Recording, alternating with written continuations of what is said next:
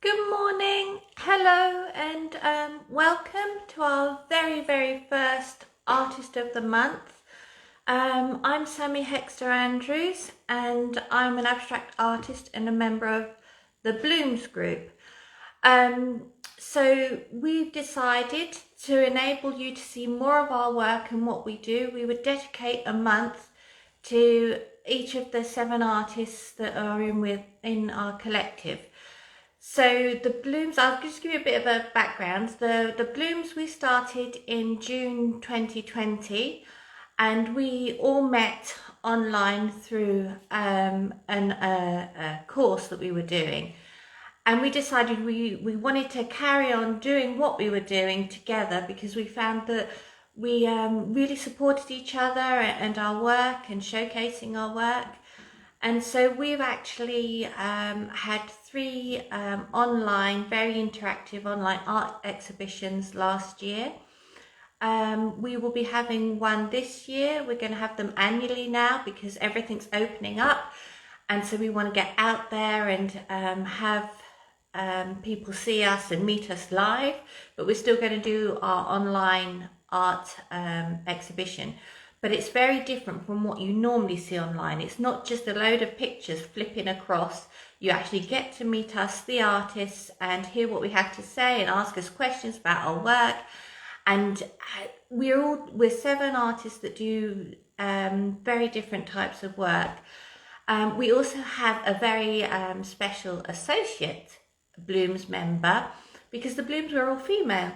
But we have a very special associate member, which is Steve from Wacky Lamps. Good morning, Steve. And he is not only an associate member, but he's also one of the team, a very integral part of the team that got together our whole online experience, along with his partner Stephanie, who I will be introducing shortly because Stephanie is our Artist of the Month. Stephanie will be taking over the Bloomz Instagram page and the Facebook page for the whole of January. She will be coming on live. She will be adding pieces of her work.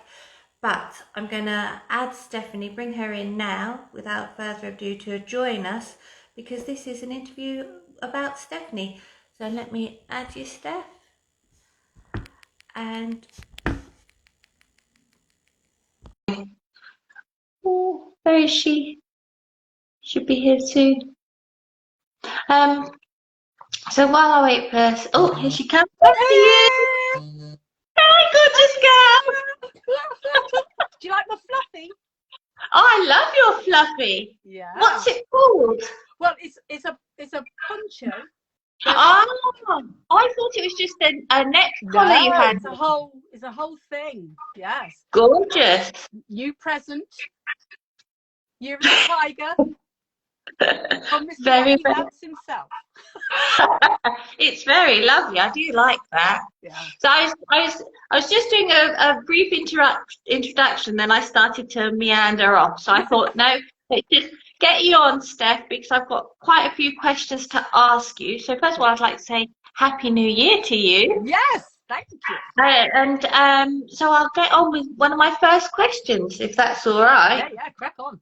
So, can you tell me a little bit about your history and what brought you to your sculpting? Right. So I would say I was definitely somebody who just did masses of different craft, and it was definitely craft that I did because I got bored really easily, but I loved creating things. So I basically, in my job, I've been through the lot really. I've been accountant, IT, auditor, all those things, but they were just things that brought in the money. And what I love to do was to create things. So I've done everything from Chinese brush painting to macrame and goodness knows what else.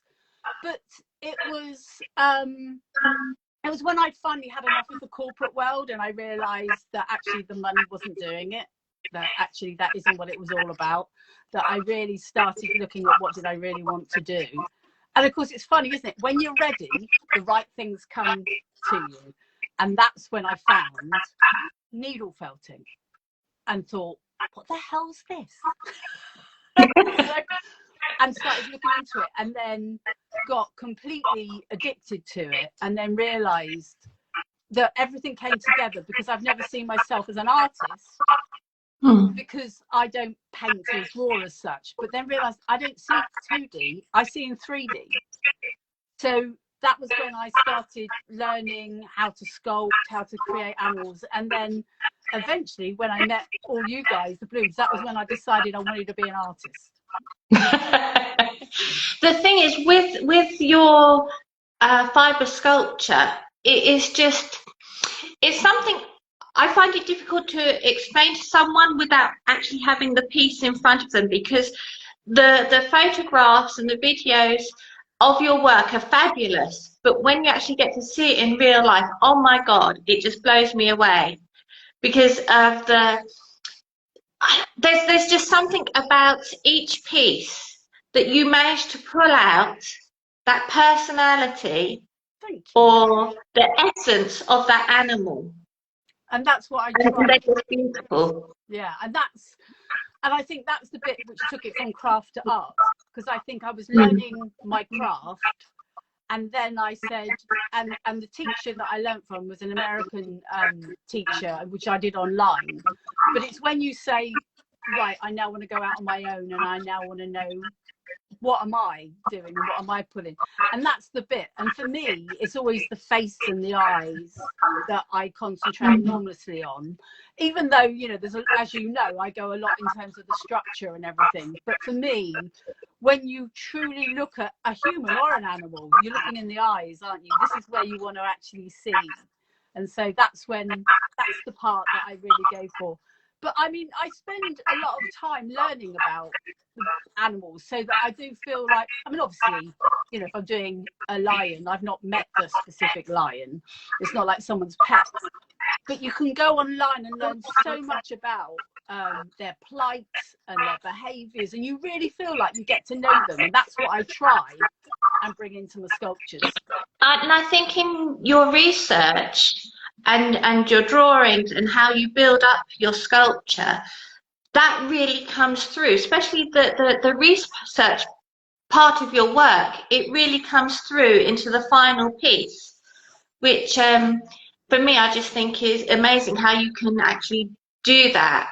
And when you're doing something with your hands, you're making something with your hand, a lot of your own, I mean, I may sound quite wacky myself, but a lot of your own energy and vibes of that animal are going into that piece. And that's what, I think that's what illuminates the piece.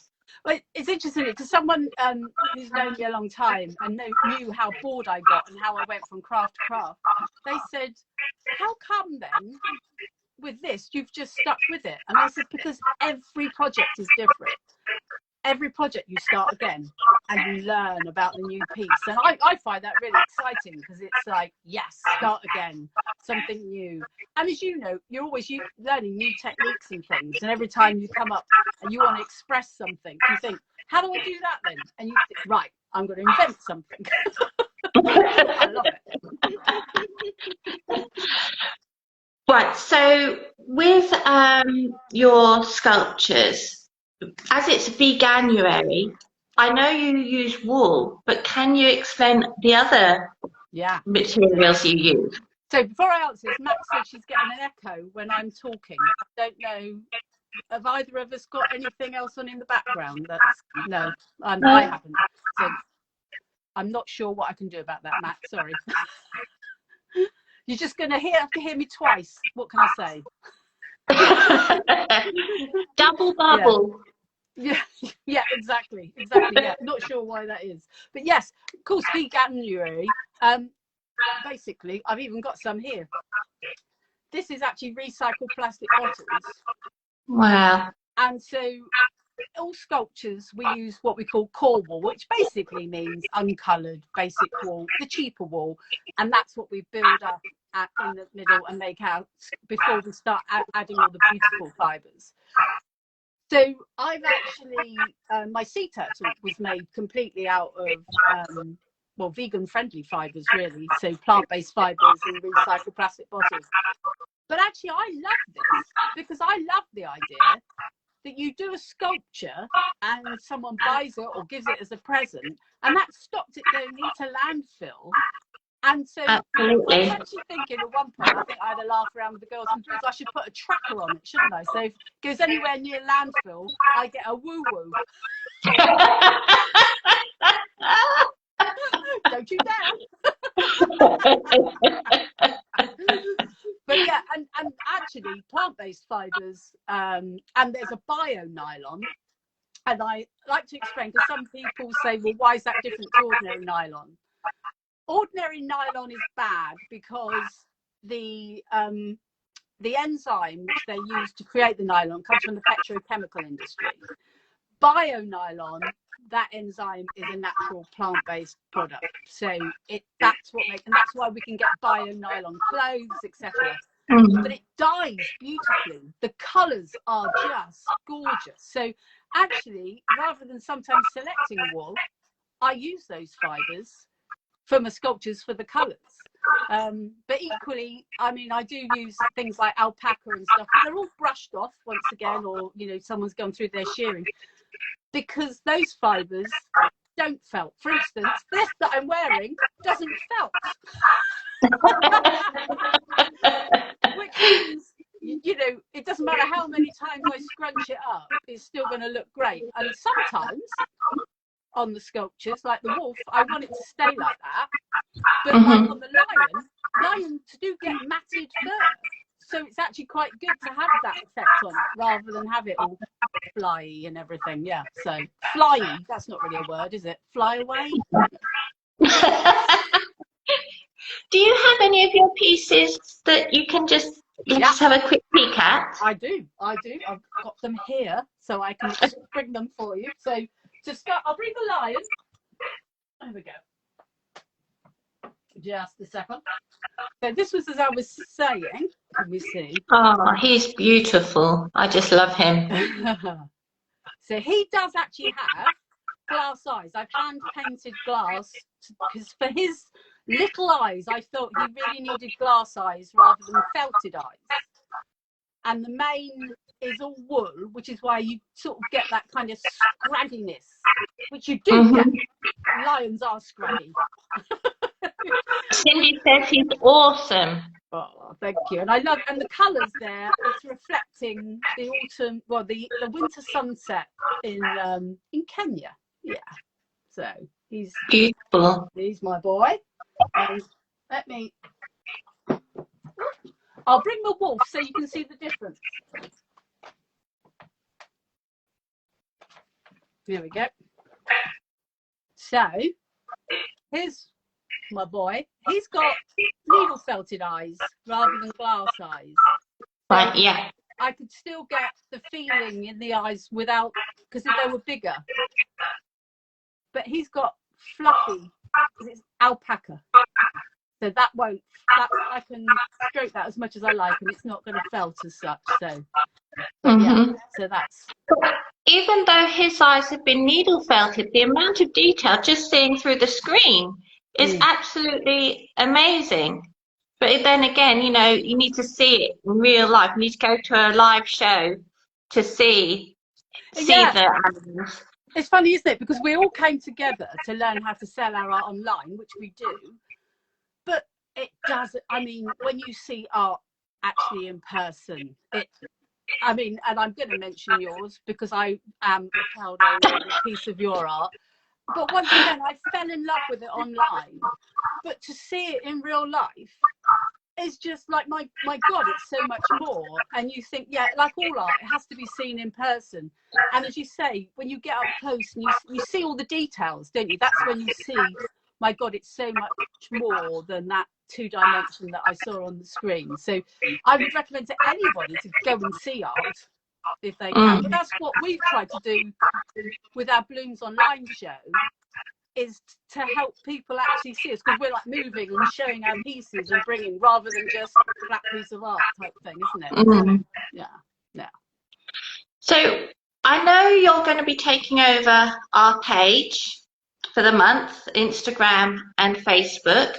Can you give us a little flavour of what you're going to be doing in the month? Yeah. So I figured what I will do is, because we've started with this live today on a Tuesday, every Tuesday I'll come on and do a live. So I will kind of have a subject on the day, but if anybody wants to ask me anything, then they've got an opportunity to do that. But what I decided was each week I would do something about my techniques. That could be a video that I do. And each week I'll do something about a past project and something about a future project. And I think what I'm going to do is my future project is I'm just going to do one project. And I think it's going to be my tiger. Very excited about seeing your tiger. Yeah, will we see all the stages of its progression? That's what I'm hoping to do, because I haven't started it yet. I've literally just done some research, decided he's going to be a Siberian tiger. I've got that far. And I've also decided the pose. I found the pose of what he's going to be doing. So he's going to be kneeling down and drinking out of.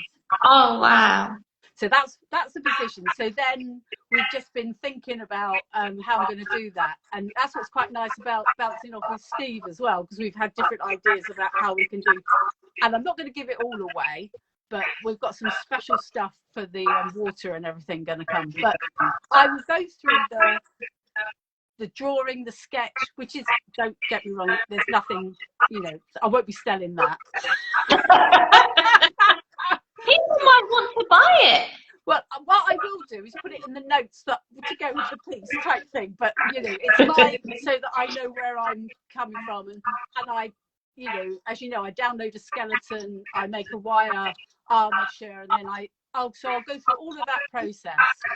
Fabulous. And I'm hoping that we'll get a good way to completing it by the end of the month. Yeah. Excellent. You said earlier that you originally did an online course. Now I've heard that you are the only certified fibre sculptress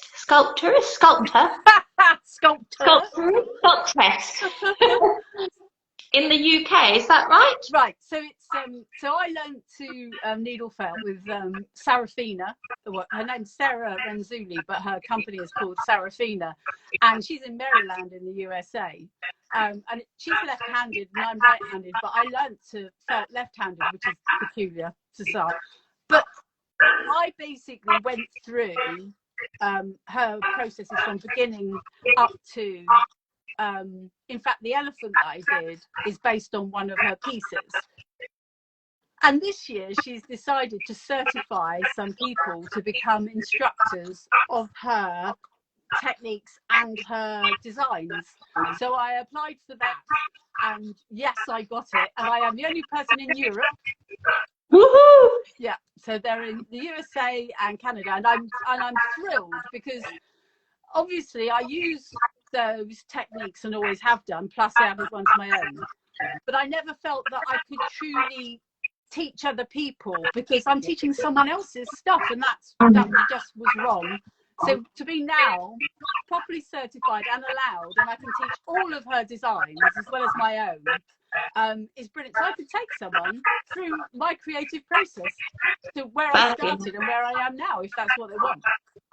Excellent. That's just, what's the word? I mean, if it were me, I would think, oh my goodness, this is just such a huge thing. And for you being my friend, I'm just so proud of you. I just feel so proud of you to have achieved that. I mean, your work is amazing, but to be able to have that extra, I don't know, badge, gong, whatever you want to call it, I just think it's fabulous.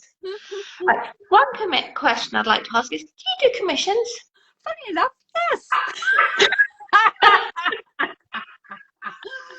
Yeah, I don't do masses of them. It's not, I mean, some artists all they do is commissions, because they concentrate on doing people's pets and things. And that's not my main focus. My main focus are my pieces that I like to create. However, I do have people come up to me and say, will I do their piece? But the trouble is, it's all a bit, I don't know how long it's going to take, because I really need to connect with the animal. So, you know, it could be an instant, oh yeah, got it, go. Or, you know, I could be looking at a picture and speaking to them and everything for months before I'm finally. So I think most people these days are a bit instant, aren't they? They're a bit, can I have it now, or can I have it by Thursday? And you think, no. And if I can't even tell you when you can have it. It'll be done when it's done. Yeah, exactly. Oh, so we've just got a note up from Mr. Wacky Lamps himself. Apparently he does commissions. Didn't know that. He's never mentioned it. No, never known that. But talking of Mr. Wacky Lamps, I'd like to talk about your podcast. Oh! So Stephanie and Steve do a podcast, Filaments and Fibre, which should be actually Fibre and Filaments. Yes. Yes. We're trying to change it. Yeah. And it is very, very funny. Very much for 18 plus. Yes. Very funny.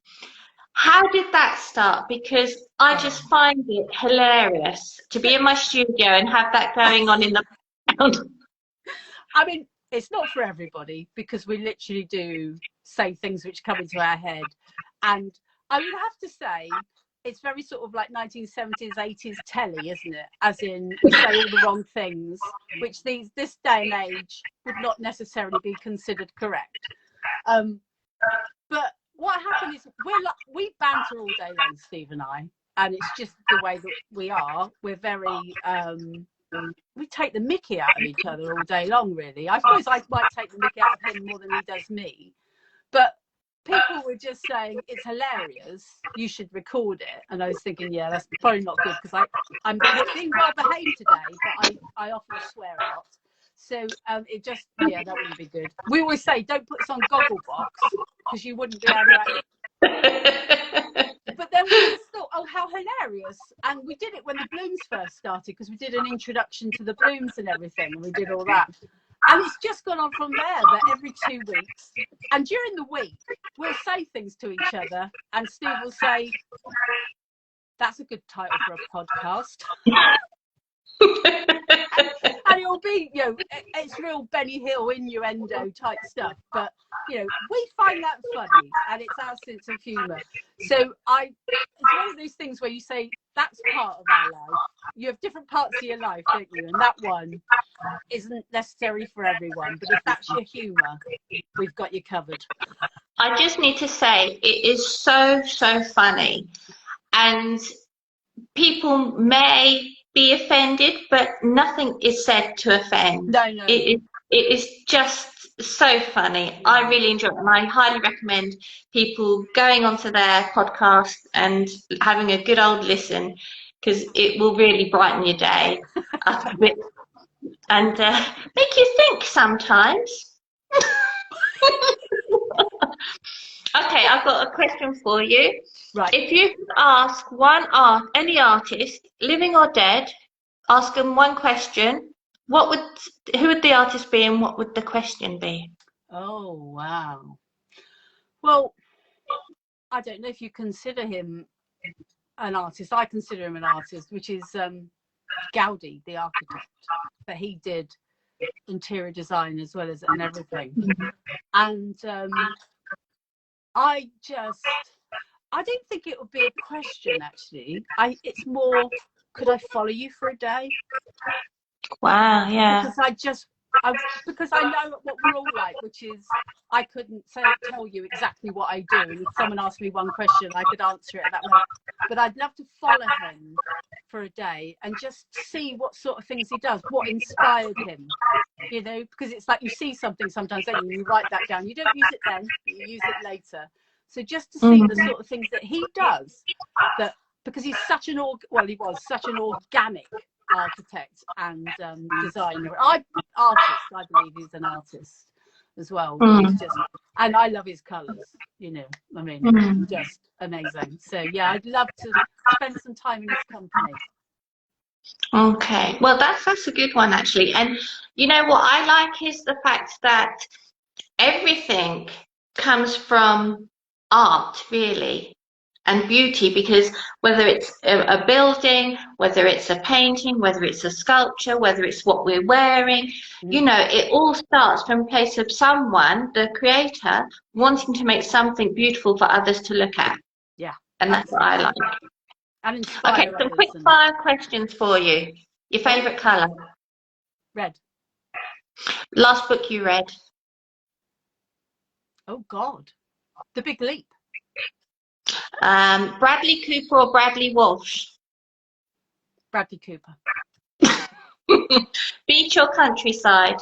Countryside. Georgia O'Keeffe or Frida Kahlo? Georgia O'Keeffe. Last song you sang along to? Oh my God. Probably Always Look on the Bright Side of Life. Meat or veggie sausage roll? Meat. Dark or milk chocolate? Okay, I prefer milk chocolate, but should eat dark. All right, and my very last question is, what's coming up for you in 2022 as Stephanie Lester, the artist? So for the first time, I am actually going to be exhibiting at an art show, because previously it's always been creative shows or art and craft shows. So the first time, so beginning of March and beginning of September, I'm going to be doing a contemporary art fair in Sandown Park, which is in Esher, outside London. So I'm really excited about that. And I'm going to try and be more organised. It's hilarious. It's hilarious. But doing this month for the Bloomz has made me be more organised already. So that, and also, I've just got to say, this is my year. It's not just the year of the tiger, it's the year of the water tiger, starting the 1st of February, which is me. I was born in the year of it's the water all tiger. about you, Steph. All about you. Well, Steph, we've been on for nearly half an hour. Okay. Wow. So I'm going to say thank you ever so much for joining me today. Thank you. We'll be posting links to you and your artwork in the comments.